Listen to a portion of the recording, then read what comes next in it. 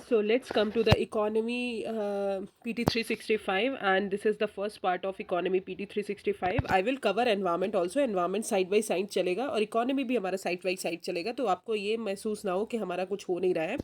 तो इकोनॉमी का first lecture अगर हम पढ़े तो इकोनॉमी का first lecture growth development poverty alleviation वाला टॉपिक है। अब ग्रोथ डेवलपमेंट पॉवर्टी एलिविएशन की बात करें तो इकोनॉमी में एक चीज़ मैं आपको बता दे रही हूँ पढ़ाने से पहले कि इकोनॉमी में हमेशा आपकी कॉन्सेप्चुअल क्लैरिटी ज़्यादा होनी चाहिए as comparison to current affairs. Current affairs में जो भी चीज़ें आती हैं वो जनरली करंट अफेयर्स से कुछ भी पूछेंगे तो वो टर्म्स आपसे पूछेंगे, ठीक है। तो जैसे मर्चेंट डिस्काउंट रेट, तो these are the terms they ask. They didn't ask about कि आपका ये जो हमारी फाइनेंशियल कंपनी है और ये सारी चीज़ें वो नहीं पूछते। They what they will ask about what is GDP, what is GVA. They ask the term, they ask the conceptual clarity. So when you read economy PT 365, just read it in the way that आपका basic बहुत strong होना चाहिए, right. तो growth development and poverty alleviation की अगर बात करें तो अब आपको पता होना चाहिए कि ग्रोथ और डेवलपमेंट में डिफरेंस क्या होता है, ठीक है। आपने पढ़ा होगा ग्रोथ एंड डेवलपमेंट जनरली सब बोलते हैं कि ये मेंस के लिए इंपॉर्टेंट है। No, it is not important for mains, it is also important for prelims as well. तो प्रीलिम्स और मेंस दोनों के लिए इंपॉर्टेंट हो जाता है कि ग्रोथ एंड डेवलपमेंट में डिफरेंस क्या होता है। अब यहाँ पे ये तो आपको दिया नहीं है कि ग्रोथ एंड डेवलपमेंट में डिफरेंस क्या होता है, बट आपको पता होना चाहिए। अब ग्रोथ एंड डेवलपमेंट के बात करें तो ग्रोथ का मतलब होता है, ग्रोथ हमारा एक क्वांटिटेटिव एस्पेक्ट है। क्वांटिटेटिव मतलब ग्रोथ को हम मेजर कर सकते हैं, ठीक है। अब जीडीपी ग्रोथ हम मेजर करते हैं, ठीक है। तो ग्रोथ क्या हो गया हमारा, क्वांटिटेटिव एक्सपेक्ट हो गया और कैन बी मेजर्ड, उसको हम मेजर कर सकते हैं। बट डेवलपमेंट की बात करें कि हमारा ह्यूमन का डेवलपमेंट इतना हुआ, फिर उसके बाद इतना डेवलपमेंट हुआ, फिर इतना डेवलपमेंट हुआ, तो डेवलपमेंट को हम मेजर नहीं कर सकते और ये हमारा क्वालिटेटिव एक्सपेक्ट होता है, ठीक है। तो डेवलपमेंट क्या होता है, क्वालिटेटिव एस्पेक्ट होता है। ग्रोथ क्या होता है, क्वांटिटेटिव एस्पेक्ट होता है। ग्रोथ को हम मेजर कर सकते हैं, डेवलपमेंट को मेजर नहीं कर सकते। तो these are the basic difference between the growth and development. Now let's come to the first topic, what is GDP and GVA gap. अब gross domestic product and gross value added, आपने अगर basic economy बहुत अच्छे से की है तो आपको सब पता होगा, और नहीं भी पता है तो यहाँ पे कुछ कुछ पॉइंट्स दिए हैं, हम उसको डिस्कस करेंगे। तो अभी रिसेंटली इसलिए ये न्यूज़ में है कि गैप जो है ग्रॉस डोमेस्टिक प्रोडक्ट और ग्रॉस वैल्यू एडेड जो होता है हमारा, उनके बीच का गैप जो है वो इंक्रीज हो रहा है। अब what is the difference between gross value added and gross domestic product और उनकी यूटिलिटी। अब सबसे पहले ग्रॉस डोमेस्टिक प्रोडक्ट क्या होता है वो हम देखते हैं। तो ग्रॉस डोमेस्टिक प्रोडक्ट की बात करें तो ग्रॉस डोमेस्टिक प्रोडक्ट वो होता है जहाँ पे जितने भी गुड्स और सर्विसेज हम प्रोड्यूस कर रहे हैं अपने कंट्री के अंदर with in the territorial boundaries, हमारी कंट्री इंडिया की टेरिटोरियल बाउंड्रीज के अंदर जितने भी फाइनल गुड्स एंड सर्विसेज हम प्रोड्यूस कर रहे हैं उनकी मार्केट वैल्यू को हम जीडीपी बोलते हैं। मतलब एक साल के अंदर जितना भी हम गुड्स एंड सर्विसेज, मतलब final goods and services, intermediate goods and services को जीडीपी काउंट नहीं करते, याद रखिएगा। Only final goods and services जितना हम प्रोड्यूस कर रहे हैं with in a given time period, मतलब एक साल का टाइम पीरियड हमारे पास होता है। तो एक साल में हम कितना goods and services, final goods and services produce कर रहे हैं अपने इंडिया के बाउंड्री के अंदर, उसकी मार्केट वैल्यू को हम क्या बोलते हैं, जीडीपी बोलते हैं। ओके, ग्रॉस वैल्यू एडेड की अगर बात करें वहीं पर, तो ग्रॉस वैल्यू एडेड का मतलब होता है जितना भी गुड्स एंड सर्विसेज हम प्रोड्यूस कर रहे हैं अपनी कंट्री के अंदर, उसकी टोटल वैल्यू, उसमें जो रॉ मटेरियल यूज़ कर रहे हैं, उसमें जो कॉस्ट ऑफ इनपुट यूज़ कर रहे हैं उसको डिडक्ट करके। मान लीजिए हम ब्रेड बना रहे हैं, तो ब्रेड बनाने के लिए हम बहुत सारी चीज़ें, मैदा ले रहे हैं, हम रॉ मटेरियल्स जो भी यूज़ करें, तो उन सब चीज़ों को क्या करेंगे, डिडक्ट करेंगे, और जो फाइनल गुड्स एंड सर्विसेज का वैल्यू आएगा उसको मेजर करेंगे, तो उसको हम बोलते हैं ग्रॉस वैल्यू एडेड। तो जो भी मैदा का प्राइस है, जो भी उनका प्राइस है, तो फाइनल जो प्राइस होगा, मान लीजिए ब्रेड हमारा 35 का मिल रहा है, तो हम उसमें से ये सारी चीज़ें डिडक्ट करने के बाद ही हम ग्रॉस वैल्यू एडेड, क्योंकि अगर वो दोनों चीज़ें भी ऐड कर देंगे तो उसका डबल काउंटिंग हो जाएगा, ठीक है। तो ग्रॉस वैल्यू एडेड का मतलब होता है कि total value of goods and services produce जो हमारी कंट्री के अंदर होता है after deducting the cost of input and raw material. तो I hope the difference between gross domestic product and gross value added is clear. Then comes to measurement. अब gross domestic product के 3 method होते हैं measurement के, आपको पता है, output, income, expenditure approaches method. And gross value added का जो मेथड होता है that is output reach method होता है, और ये जनरली प्रॉक्सी की तरह यूज़ होता है जीडीपी के लिए। जैसे कि फॉर एग्जांपल टेक्निकल रिलेशनशिप अगर बताएं तो GDP gross domestic product is equals to क्या होता है, जितना भी ग्रॉस वैल्यू एडेड है हर सेक्टर का। अब याद रखिएगा ग्रॉस डोमेस्टिक प्रोडक्ट जो है वो ओवरऑल निकलता है, बट ग्रॉस वैल्यू एडेड जो है वो हर सेक्टर का अलग अलग निकलता है। मान लीजिए एग्रीकल्चर का अलग निकलेगा, माइनिंग का अलग निकलेगा, मैन्युफैक्चरिंग का अलग निकलेगा, तो उन सबको प्लस करके हमारा ग्रॉस वैल्यू एडेड बनता है। तो ग्रॉस डोमेस्टिक प्रोडक्ट क्या होता है, summation of gross value added plus gross domestic product. Obviously GDP नाप रहे हैं तो ऑब्वियसली हमारा टैक्सेस क्या होगा, प्लस होगा, और जो भी हमने सब्सिडीज दी है उसको हम माइनस करेंगे। तो जीडीपी का मतलब होता है gross value added plus net taxes on the product, और नेट सब्सिडीज को हम उसको माइनस करेंगे। तो this is the relationship between the GDP and GVA. अब पर्पस अगर बात करें तो जीडीपी हम इंटरनेशनली एक्सेप्टेड मेजर है ओवरऑल ग्रोथ जो है हमारी इकोनॉमी की मेजर करने के लिए।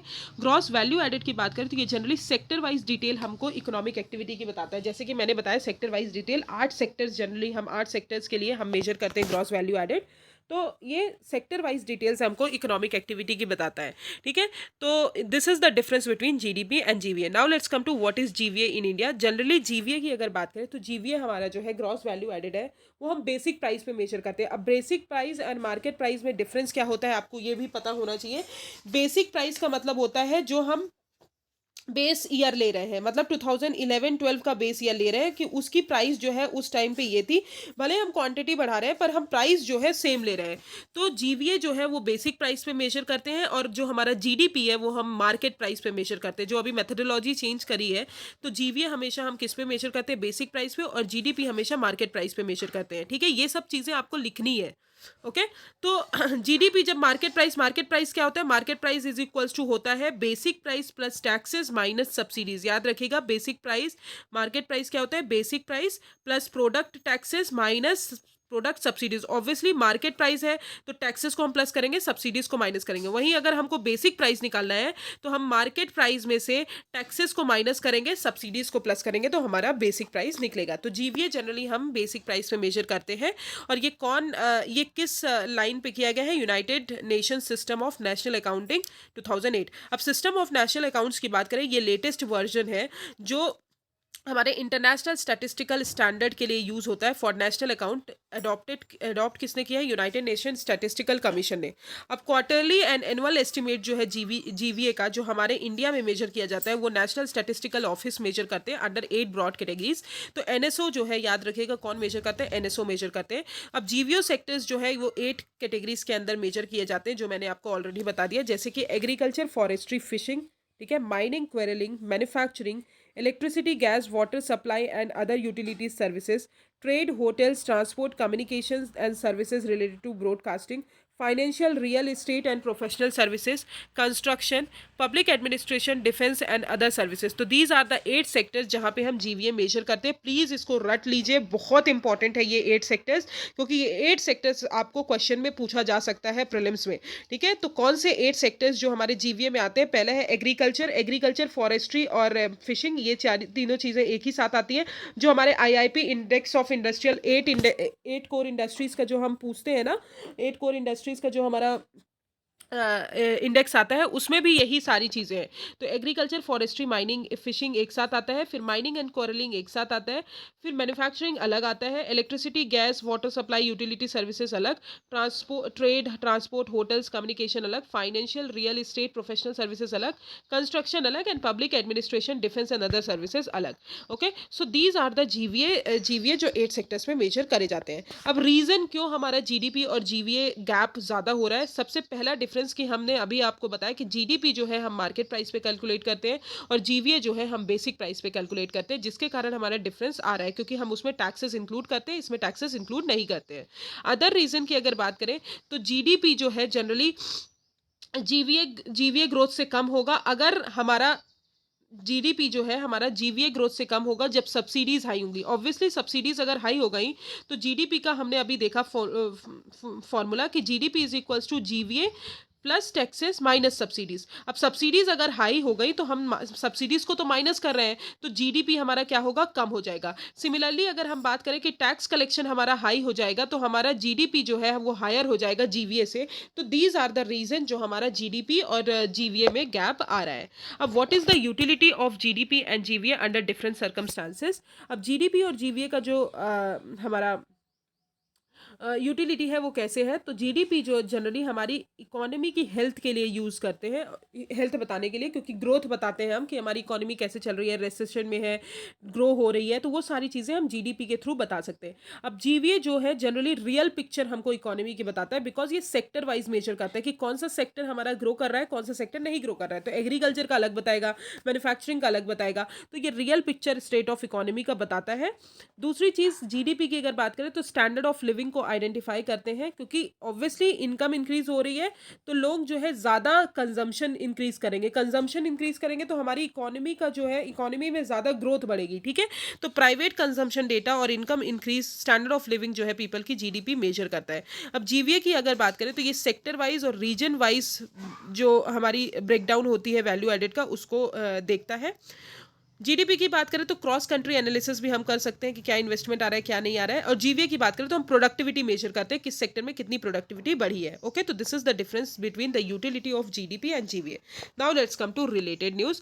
रिलेटेड न्यूज़ में अभी बहुत ज़्यादा टर्म जो यूज़ होता है दैट इज ग्रीन जीडीपी। तो अभी आरबीआई ने रिसेंट पेपर निकाला है, उन्होंने बोला कि हम इंडिया का जो ग्रीन जीडीपी है वो ज़्यादा ग्रो हो रहा है as comparison to the traditional GDP. जो ट्रेडिशनल जीडीपी की वैल्यू हमने बता दी, ट्रेडिशनल जीडीपी क्या होता है।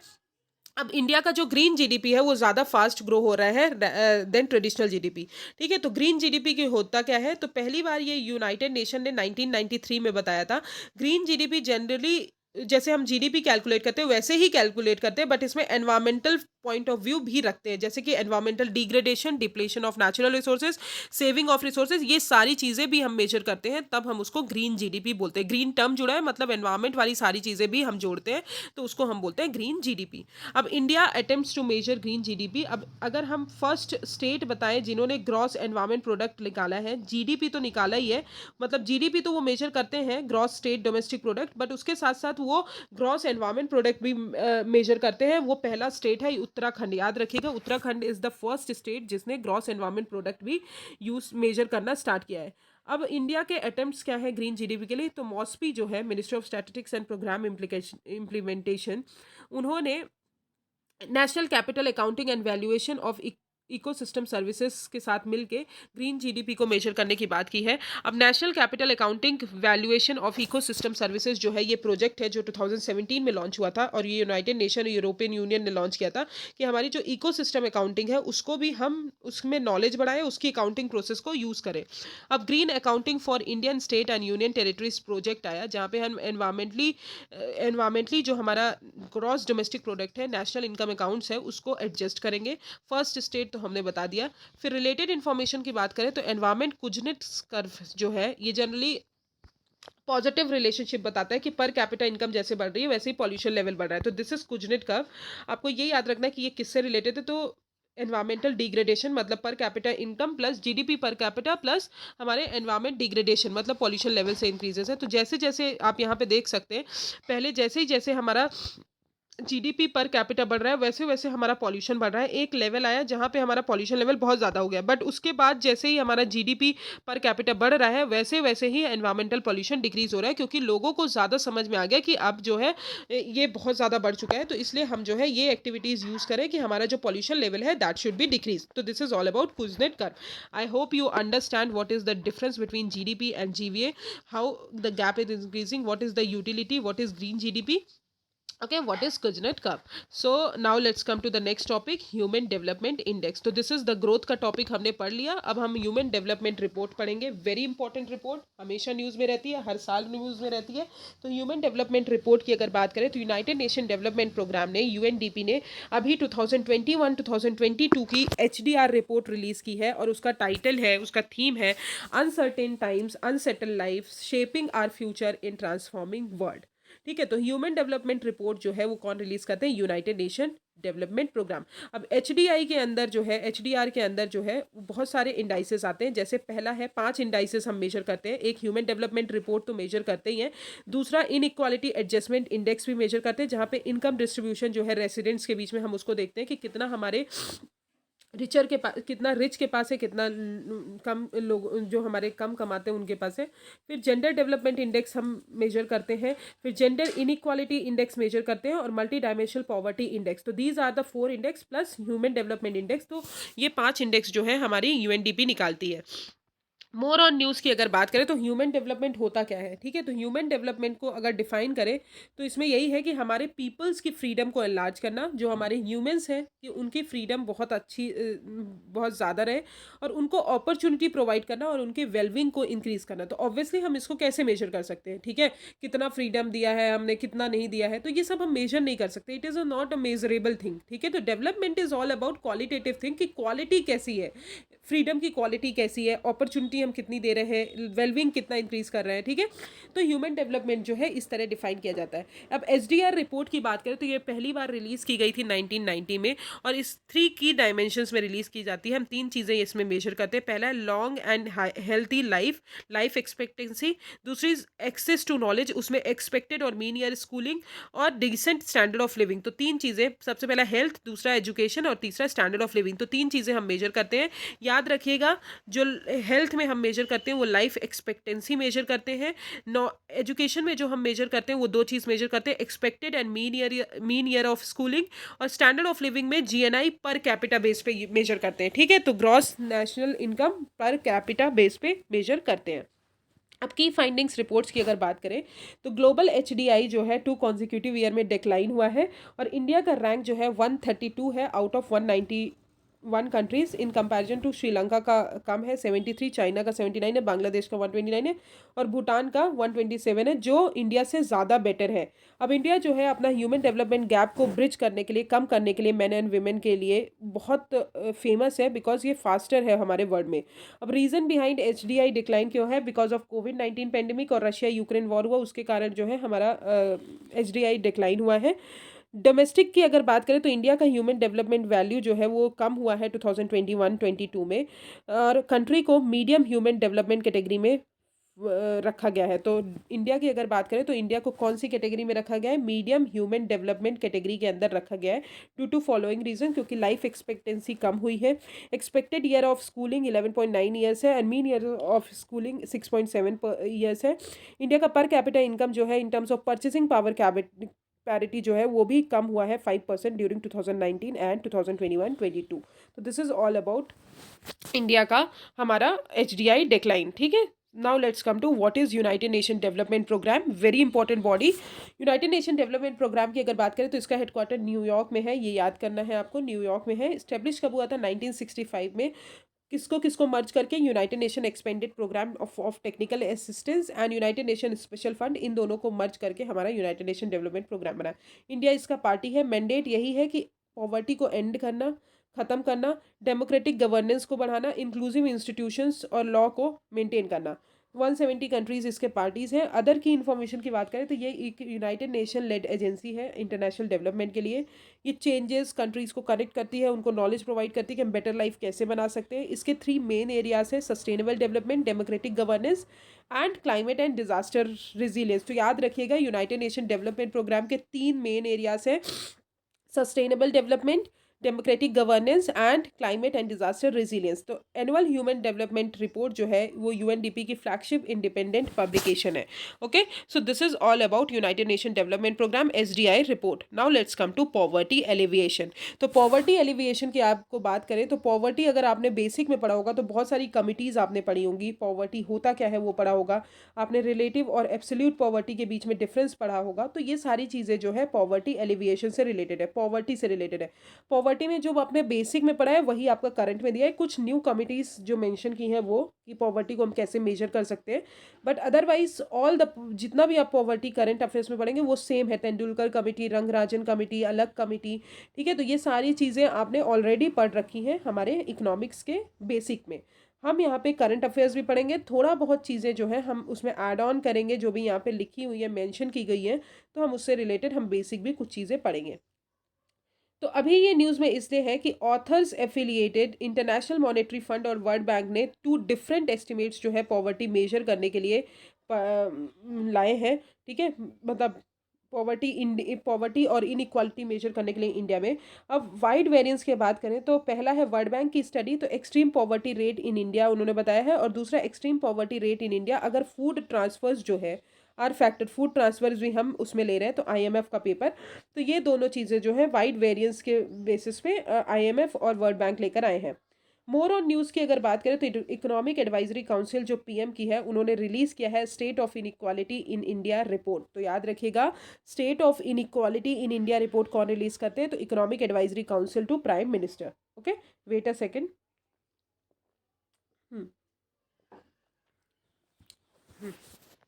Okay, so where we are, हाँ, मोर ऑन न्यूज़ में अगर देखा हमने तो state of inequality in India report कौन रिलीज करते हैं? Economic advisory council to PM, ठीक है?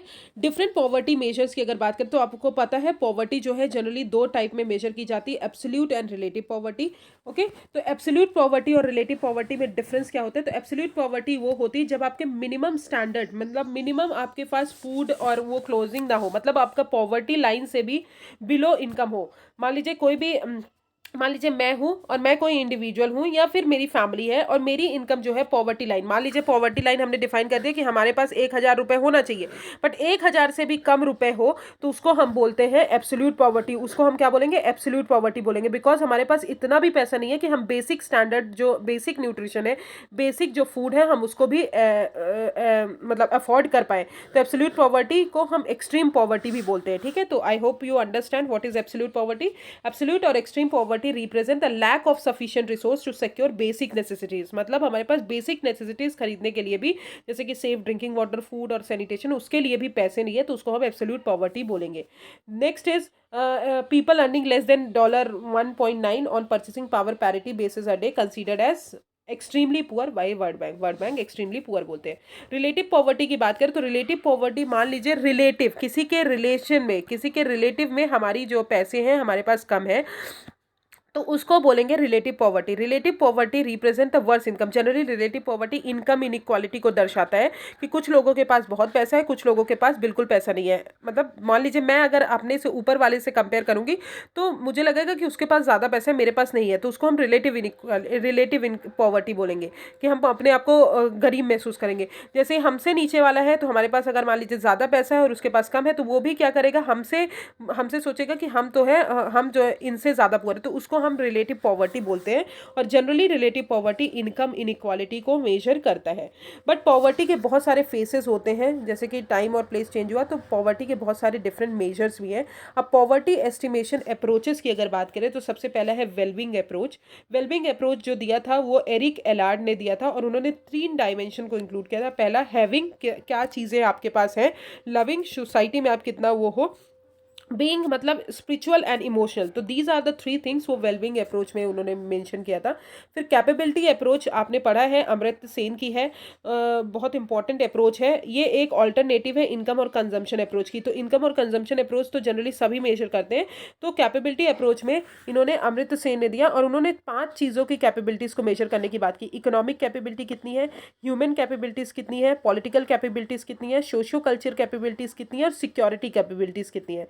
फिर मल्टी डायमेंशनल पॉवर्टी इंडेक्स, अभी हमने देखा united nation development programme, Oxford poverty and human development initiative, ये दोनों मेजर करते हैं। और ये 2010 में दी गई थी और इसमें 3 डायमेंशंस में मेजर करते हैं। पहला एजुकेशन, दूसरा हेल्थ एंड तीसरा स्टैंडर्ड ऑफ लिविंग। तो एजुकेशन में year schooling and school attendance, health में child mortality and nutrition, and standard of living में electricity, drinking water, sanitation, flooring, cooking, fuel and assets. तो दीज आर द 10 थिंग्स जो हम multi dimensional poverty index में measure करते हैं और वो UNDP Oxford poverty and human development initiative जो है निकालती है। Okay, so these are the 3 approaches जो हम जो हम यूज़ करते हैं पॉवर्टी के लिए। अब now let's come to what are the poverty estimation in India. India में हम कैसे एस्टिमेट करते हैं? तो आपको पता है तेंदुलकर कमेटी 2009 में बनी, वेरी इंपॉर्टेंट कमेटी। इनकी मेथोडोलॉजी ये थी कि ये जो है मंथली में मेजर करते थे कि per capita consumption expenditure person का क्या है, उस बेसिस पे ये जो है मेजर करते थे कि हमारा जो पॉवर्टी कितना है, और ये कौन देता था? नेशनल सैंपल सर्वे ऑर्गेनाइजेशन जो है डेटा प्रोवाइड करते थे।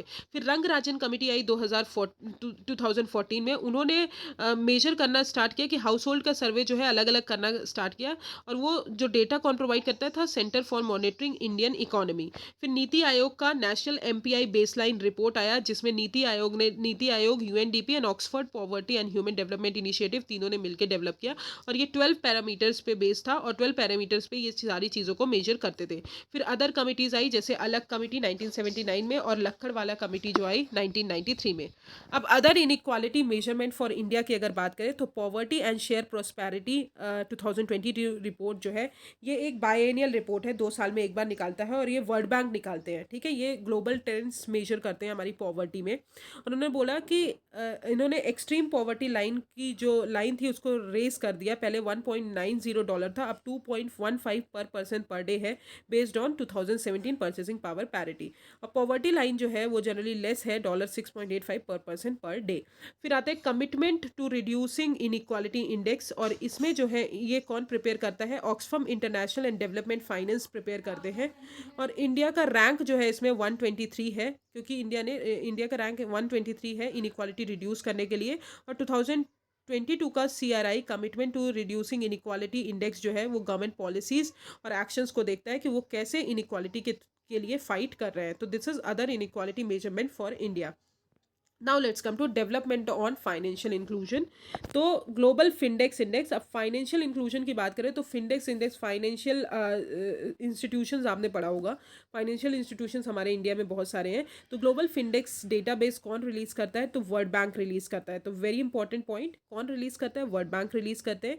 ये हमारे फाइनेंशियल इंक्लूजन, डिजिटल पेमेंट, इन सारी चीज़ों को देखते हैं, और देखते हैं कि कैसे हमारे 123 इकोनॉमीज के पीपल जो है वो फॉर्मल और इनफॉर्मल फाइनेंशियल सर्विसेज को यूज़ कर रहे हैं या नहीं कर रहे हैं। तो इंडिया जो है अमंग द 7 कंट्रीज में से एक है जहां पे half of the world 1.4 billion adult जो है विदाउट फॉर्मल बैंकिंग है, मतलब उनके पास इनफॉर्मल बैंकिंग सिस्टम यूज कर रहे हैं, फॉर्मल बैंकिंग सिस्टम नहीं यूज कर रहे हैं। फिर आते हैं फिनक्लूवेशन। फिनक्लूवेशन की अगर बात करें तो अभी recently Indian post payment bank ने लॉन्च किया है। तो इंडियन पोस्ट पेमेंट बैंक ये एक जॉइंट कोलैबोरेटिव एफर्ट्स है, जो स्टार्टअप है, फाइनेंशियल टेक्नोलॉजी वाले स्टार्टअप्स हैं, और इंडियन पोस्ट पेमेंट बैंक है। तो उन्होंने बोला है कि इंक्लूसिव फाइनेंशियल इंस्टीट्यूशन सॉल्यूशंस हमको क्रिएट करना है, जो हमारे स्टार्टअप्स पार्टिसिपेट कर रहे हैं उनके लिए। तो ये एक परमानेंट प्लेटफॉर्म है IPPB का, इंडियन पोस्ट पेमेंट बैंक का, जो फाइनेंशियल सॉल्यूशन क्रिएट करेंगे हमारे स्टार्टअप्स के साथ मिलके। अब IPPB जो आपको पता है 2018 में लॉन्च किया गया था, और ये department of post, ministry of communication के अंदर बनाया गया है, जहाँ पे 100% इक्विटी हमारी गवर्नमेंट की है। अब आते हैं financial inclusion index, very important, RBI निकालती है, याद रखिएगा। फाइनेंशियल इंक्लूजन इंडेक्स कौन निकालता है? RBI निकालती है। जो हमारे फाइनेंशियल इंक्लूजन, कितना हमारे इकोनॉमी तक चीज़ें पहुंची है, कितने हमारे पीपल तक पहुंची है, पीपल के पास बैंकिंग सिस्टम नहीं है या नहीं है, तो ये सारी चीज़ें जो है हमारी RBI मेजर करती है। और जैसे कि banking, investment, insurance, postal as well as pension sector, सारी चीज़ें कवर करती है। ये 3 पैरामीटर्स पे मेजर किया जाता है, एक्सेस, यूसेज और क्वालिटी, विथ 97 इंडिकेटर्स। और ये जो है इंडेक्स जो है कंस्ट्रक्ट किया है विदाउट एनी बेस ईयर, और अभी जो है इम्प्रूव हुआ है। तो फाइनेंशियल इंक्लूजन इंडेक्स कौन रिलीज करता है? RBI रिलीज करती है। Now let's come to key concept and information on growth, development and poverty alleviation. तो फर्स्ट है glass cliff, very important point. इस टाइप के क्वेश्चन जो है प्रीलिम्स में पूछे जाते हैं कि glass cliff is related to what. ठीक, तो ग्लास क्लिफ्स का मतलब होता है कि मान लीजिए कोई कंपनी, फॉर एग्जांपल कोई कंपनी हमारी रिसेशन में चल रही है, कोई कंपनी हमारी बहुत डाउन चल रही है, उसमें हम विमेंस को अगर हायर पोजीशंस दे देते हैं, विमेंस को उस टाइम पे हायर पोजीशन पे प्रमोट किया जाता है।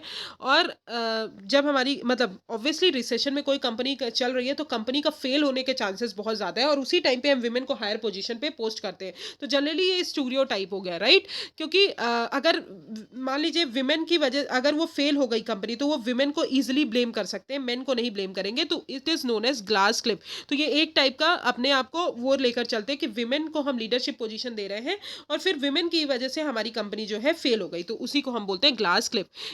इसका मतलब होता है एक बार हम रीड कर लेते हैं। It refers to a situation in which women are promoted to higher position. ठीक है, विमेन को हमने हायर पोजीशन दे दिया, लीडरशिप पोजीशन दे दिया ड्यूरिंग टाइम्स ऑफ क्राइसिस और ड्यूरिंग अ रिसेशन। ठीक है, जब भी ड्यूरिंग टाइम्स ऑफ क्राइसिस और during a recession when chance of failure is more likely. ठीक है, तो चांस जो है फेल का वो ज़्यादा है। प्रमोटिंग वुमेन, वुमेन को लीडरशिप पोजीशन देने का कंपनीज देती है कि उनको वो ब्लेम कर सके जैसे ही हमारी कंपनी फेल हो। तो दिस फिनोमिना रीइंफोर्सेस स्टीरियोटाइप्स। तो ये फिनोमिना फिर से स्टीरियोटाइप्स को बढ़ाता है कि विमेन जो है हमारी आइडियल नहीं है लीडरशिप पोजीशंस के लिए। ठीक है, तो ग्लास क्लिफ यही है, और ये जनरली माइनॉरिटीज, मार्जिनलाइज ग्रुप्स, इनको भी चैलेंज कर सकते हैं, तो ये भी हो सकते हैं। तो ग्लास क्लिफ का मतलब यही होता है। फिर आते हैं टेक्निकल रिसेशन। टेक्निकल रिसेशन की बात करें तो टेक्निकल रिसेशन एक टर्म है जो जनरली 2 कॉन्जिक्यूटिव क्वार्टर्स में अगर आपका आउटपुट डिक्लाइन हो गया हो, आउटपुट कम हो गया हो, तो उसको हम टेक्निकल रिसेशन बोलते हैं।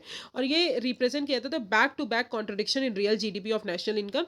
ठीक है, ये मेनली कैप्चर करता है जीडीपी का ट्रेंड, वाइल रिसेशन जो है वो मोर ब्रॉड बेस्ड टर्म होता है जो हमारे इकोनॉमिक एक्टिविटी की डिक्लाइन को मेजर करता है। ठीक है, फिर आते हैं डूम लूप। डूम लूप अभी ये न्यूज़ में इसलिए है कि इकोनॉमिक्स जो है यूरोप जो है वो headed for the doom loop. Doom loop वो होता है, वो सर्कल ऑफ वर्नेबिलिटी होती है जहाँ पे कंट्री का बैंकिंग सिस्टम जो है सीवियरली हर्ट हो जाता है। कंट्रीज का बैंकिंग सिस्टम जो है वो काम अच्छे से नहीं कर पाता बिकॉज ऑफ प्राइस वॉलेटिलिटी बहुत चेंज होती है सोवरेन बॉन्ड्स में। ठीक है, गवर्नमेंट्स के जो बॉन्ड्स हैं उनका प्राइस कभी बढ़ रहा है, उनका प्राइस कभी कम हो रहा है, तो वॉलेटिलिटी जो है बहुत ज़्यादा बढ़ जाती है। तो बैंकिंग सिस्टम जो है सीवियरली हर्ट हो जाते हैं, क्योंकि ऑब्वियसली क्योंकि वही सब चीज़ें डील कर रहे थे, तो उसको हम डूम लूप बोलते हैं। ठीक है, तो किसको बोलते हैं Doom loop? Doom loop is a circle of vulnerability जहाँ पे कंट्रीज का बैंकिंग सिस्टम हर्ट हो जाता है by volatility in the price of sovereign bond they hold for reserves resulting in contradiction in lending provided by the bank. Obviously अगर price कम हो गया तो वो लेंडिंग नहीं दे पाएंगे। तो this is all about doom loop. Next is creative economy. Creative economy की अगर बात करें तो क्रिएटिव टर्म से ही समझ में आ रहा है, तो आर्ट क्राफ्ट्स हो गए, ऑडियो वीडियो आर्ट्स डिज़ाइन हो गए, इन सारी चीज़ों को यूज़ करके हम इकोनॉमी को क्रिएटिव बना रहे हैं, तो उसको मतलब होता है क्रिएटिव इकोनॉमी। तो as per united nation on trade and development, creative economy जो है ये एक इमर्जिंग कॉन्सेप्ट है जहाँ पे हम डील करते हैं creativity, culture, economics, technology in contemporary world by dominating images, sounds and text and symbols. तो यूएन जो है 2021 का मार्क किया है as international year of creative economy for sustainable development. ठीक है, तो this is all about creative economy. Next is twin city development. Twin city development की अगर बात करें तो प्राइम मिनिस्टर ने अभी एक फाउंडेशन स्टोन रखा है कि मल्टीपल प्रोजेक्ट्स जो है हम बनाएंगे including twin city development. Twin city development का मतलब होता है कि हमारी एग्जिस्टिंग जो सिटीज़ हैं, जो भी हमारी एग्जिस्टिंग सिटीज़ हैं, उनमें जो है new technology, new satellite, new township use करके हम उसको सेफ, एफिशिएंट, क्लीन बनाए और ग्रीन सिटीज़ बनाए, तो उसको हम बोलते हैं ट्विन सिटी डेवलपमेंट। अंदर इसके अंदर क्या किया जाएगा, सिटीज़ को क्लोज प्रॉक्सिमिटी में इंटरडिपेंडेंट किया जाएगा economic, functional and urban infrastructure needs पे। ठीक है, तो this is all about twin city development. फिर अर्बन 20 आता है। अर्बन 20 जो है ये एक प्लेटफॉर्म प्रोवाइड करता है G20 कंट्रीज़ को कि वो जो है बहुत सारे इंपॉर्टेंट इशूज़ जो है अर्बन डेवलपमेंट से रिलेटेड उसको डिस्कस करें, जैसे कि क्लाइमेट चेंज हो गया, सोशल इंक्लूजन हो गया, ये सारी चीज़ें, और कलेक्टिव सॉल्यूशन बनाए। ये जनरली प्रोडक्टिव डायलॉग हमारे बढ़ाते हैं between the national and local government कि हमारी अर्बन डेवलपमेंट को आप बढ़ा सकें। फिर आते हैं ट्विन ट्रांजिशन। तो ट्विन ट्रांजिशन जो है अप्रोच है जहाँ पे ये रिकग्नाइज करता है कि यहाँ पे ह्यूज और अनटैप्ड अपॉर्चुनिटी है टेक्नोलॉजी के लिए, मतलब बहुत ज़्यादा टेक्नोलॉजी से रिलेटेड अपॉर्चुनिटी है, और हम उसको ड्राइव करें कि हमारे सस्टेनेबल गोल्स जो है हम उसको परफॉर्म कर सके।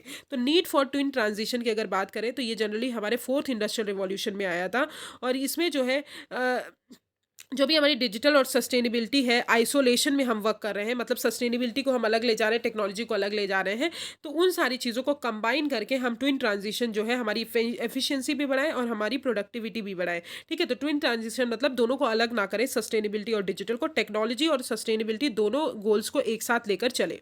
फिर कॉस्ट ऑफ लिविंग इंडेक्स कौन रिलीज़ करता है? इकोनॉमिक इंटेलिजेंस यूनिट रिलीज़ करते हैं, वेरी इंपॉर्टेंट। तो कॉस्ट ऑफ लिविंग इंडेक्स कौन रिलीज़ करते हैं? Economic intelligence unit. और ये जो है यहाँ पे मोर देन 200 गुड्स और सर्विसेज की प्राइस को कंप्राइज किया गया है, और न्यूयॉर्क जो है इन्होंने इसमें टॉप किया है, फॉलोड बाय सिंगापुर। ओके, और इकोनॉमिक इंटेलिजेंस यूनिट की बात करें, ये रिसर्च एनालिसिस डिवीजन है इकोनॉमिक्स ग्रुप की। फिर आते हैं डेवलप्ड कंट्री थ्रू पंच प्राण। डेवलप्ड कंट्री थ्रू पंच प्राण की अगर बात करें तो इंडिपेंडेंस डे के टाइम पे प्राइम मिनिस्टर ने इंडियंस से पूछा कि आप एक पंच प्राण बनाइए for India to become a developed country, India को नेक्स्ट 25 ईयर्स में डेवलप्ड कंट्री बनाइए। यूएन ने क्लासीफाई किया कंट्री, यूएन यूनाइटेड नेशन की अगर बात करें तो वो 3 ब्रॉड कैटेगरीज में कंट्रीज को क्लासीफाई करते हैं। पहला डेवलप्ड कंट्री, दूसरा डेवलपिंग कंट्री, तीसरा है इकोनॉमिक्स इन ट्रांजिशन। तो India generally lower middle income category में आता है एज पर, अगर हम with respect to gross national income per capita में मेजर करें तो इंडिया का करंट ह्यूमन डेवलपमेंट इंडेक्स है 0.64 which is much lower. On absolute level of gross domestic product, purchasing power parity, India जो है one of the biggest economics है हमारे world में। तो प्राइम मिनिस्टर जी ने बोला कि हम जो है नेक्स्ट 25 ईयर्स में इंडिया को डेवलप कंट्री बनाएंगे, बिकॉज इंडिया जो है अभी मिडिल इनकम कैटेगरी में आता है और डेवलपिंग कंट्री में आता है। तो पंच प्राण के कुछ वो है। फर्स्ट प्लान है कि डेवलप्ड कंट्री बनाना है, डेवलप्ड इंडिया बनाना है। सेकंड है कि कॉलोनियल माइंडसेट पूरी तरह हटा देना है। थर्ड प्लान ये है कि प्राइड जो है हमारे रूट्स का, जो भी हमारे रूट्स है कि हम ऐसे थे, हम ऐसे थे, तो उन सारी चीज़ों का प्राइड लेना है। फोर्थ प्लान है कि यूनिटी हमको मेंटेन करके रखनी है बिकॉज हमारे यहाँ डाइवर्सिटी बहुत है। फिफ्थ प्लान ये है कि sense of duty among citizen, तो सिटीजन्स के अमंग हमारी गवर्नमेंट की क्या ड्यूटी है वो भी देखना है। Next is financial intermediary fund. तो न्यू फाइनेंशियल इंटरमीडियरी फंड जो है फॉर पेंडेमिक प्रिवेंशंस के लिए, प्रिपेयर्डनेस के लिए, रिस्पॉन्स के लिए अभी बनाया गया है, स्टैब्लिश किया गया है, जहाँ पे बहुत सारी कंट्रीज जो है फाइनेंशियल कमिटमेंट कर रही हैं इंक्लूडिंग इंडिया ऑल्सो। ये जो है होस्ट कौन करेगा? World bank. टेक्निकल सपोर्ट कौन देगा? डब्ल्यूएचओ देगा। अब फाइनेंशियल इंटरमीडियरी फंड की बात करें, ये लॉन्ग टर्म फाइनेंसिंग प्रोवाइड करेंगे जो हमारे प्रिवेंशन, प्रिपेयर्डनेस, रिस्पॉन्स को बढ़ाएंगे, कैपेबिलिटीज़ को बढ़ाएंगे इन लो एंड मिडिल इनकम कंट्रीज, और ये क्रिटिकल गैप्स जो है नेशनल, रीजनल, ग्लोबल लेवल्स में उसको एड्रेस करेंगे। अब फाइनेंशियल इंटरमीडियरी फंड की बात करें, ये हेल्प करेंगे कि हमारा जो प्रिवेंशन, प्रिपेयर्डनेस, रिस्पॉन्स है उसको स्ट्रेंथन कर सकें in areas such as zoonotic disease surveillance, laboratories, emergency communication, critical health workforce capacities etcetera. तो this is all about fund, financial intermediary fund. ये किसने होस्ट किया है? वर्ल्ड बैंक ने। Okay, so this is all about the first lecture of economics. I will start financial policy tomorrow. Thank you so much. Environment भी हमारा side by side चलेगा, तो आपका बायोडाइवर्सिटी शुरू करना है तो उसको भी शुरू करेंगे। Thank you so much. If you have any problem just comment me on the comment section. Thank you.